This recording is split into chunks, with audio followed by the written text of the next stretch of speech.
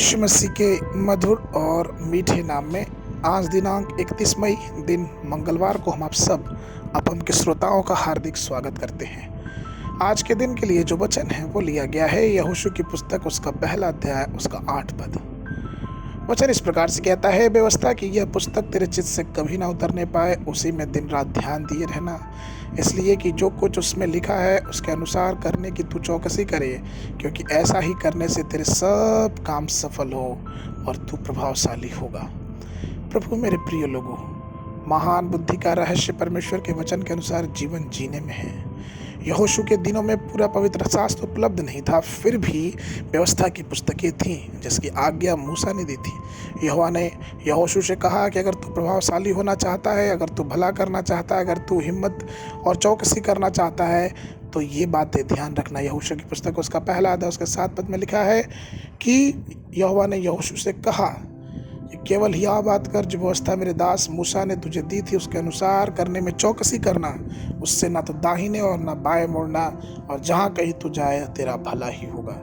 यहोशू के नेतृत्व की नई स्थिति में उसको दी गई जिम्मेदारियों से वो डरता था, वो चिंतित नहीं था।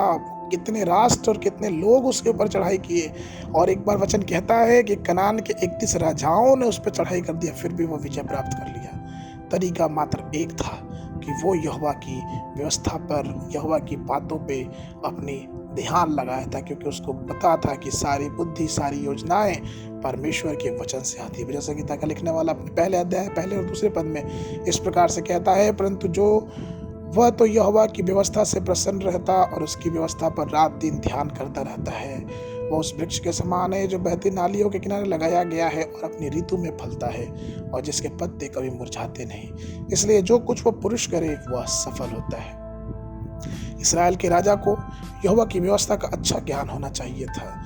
युद्ध के लिए सर्वोच्चम रणनीति, युद्ध को जीतने की रणनीति, सब कुछ यहोवा के वचन में था। जिस प्रकार से जकरिया की पुस्तक उसका 4 अध्याय उसके 6वें पद में वचन इस प्रकार से कहता है, तब उसने मुझे उत्तर देकर कहा, जरुब्बाबेल के लिए यहोवा का यह वचन है, ना तो बल से ना तो शक्ति से, परंतु मेरी आत्मा के द्वारा मुझ सेनाओं की यहोवा की यही वाणी है। क्योंकि प्रभु को बहुत या थोड़े लोगों को बचाने के लिए, विजय प्रदान करने के लिए कोई बाधा नहीं थी। नीति वचन की पुस्तक उसका 21 और उसके 31 पद में लिखा है, युद्ध के दिन के लिए घोड़े तो तैयार होते हैं, परंतु जय यहोवा की ओर से मिलती है। अर्थात आपके जीवन के युद्ध, रियासतों की खिलाफत, अंधकार की शक्तियाँ, सारी प्रशासन के खिलाफ, अगर आप परमेश्वर की बुद्धि, परमेश्वर के वचन की बुद्धि में आगे बढ़ रहे हैं तो कोई भी आध्यात्मिक ताकत, कोई भी अंधकार की ताकत हमारे और आपके सामने प्रबल नहीं हो पाएगी, क्योंकि परमेश्वर हमें अपनी स्वर्गीय बुद्धि से खड़ा करेगा।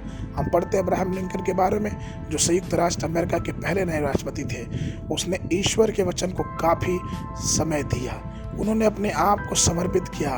उस महान ज्ञान को पाने के लिए सभी युद्ध देशों से जिनके साथ उनका युद्ध हुआ, ये सारे फैसले एक प्रार्थना में होती थी। इसी प्रकार से हम राष्ट्रपति आजनवर को भी देखते हैं, किस प्रकार से जितने बड़े बड़े फैसले लेते थे वो बाइबल अध्ययन और दुआ के माध्यम से लेते थे। हम दानियल के देखते हैं कि किस प्रकार से दानियल परमेश्वर की व्यवस्था बना रहता था, दुआ प्रार्थना करता था और परमेश्वर का अनुग्रह उसके ऊपर बना रहता था। बुद्धि परमेश्वर की है, ज्ञान परमेश्वर का है, इसलिए हमें और आपको व्यवस्था पर रात दिन ध्यान करते रहना है।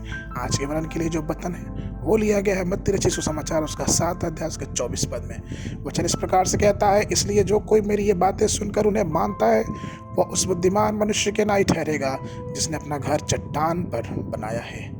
दिनचर्या के लिए बाइबल अध्ययन सुबह के समय दूसरा इतिहास की पुस्तक उसका 13 अध्याय और 14 अध्याय, संध्या के समय यूहन्ना रचित सुसमाचार उसका 12 अध्याय 1 पद से लेकर 26 पद तक। परमेश्वर आप सबको आशीष देवे।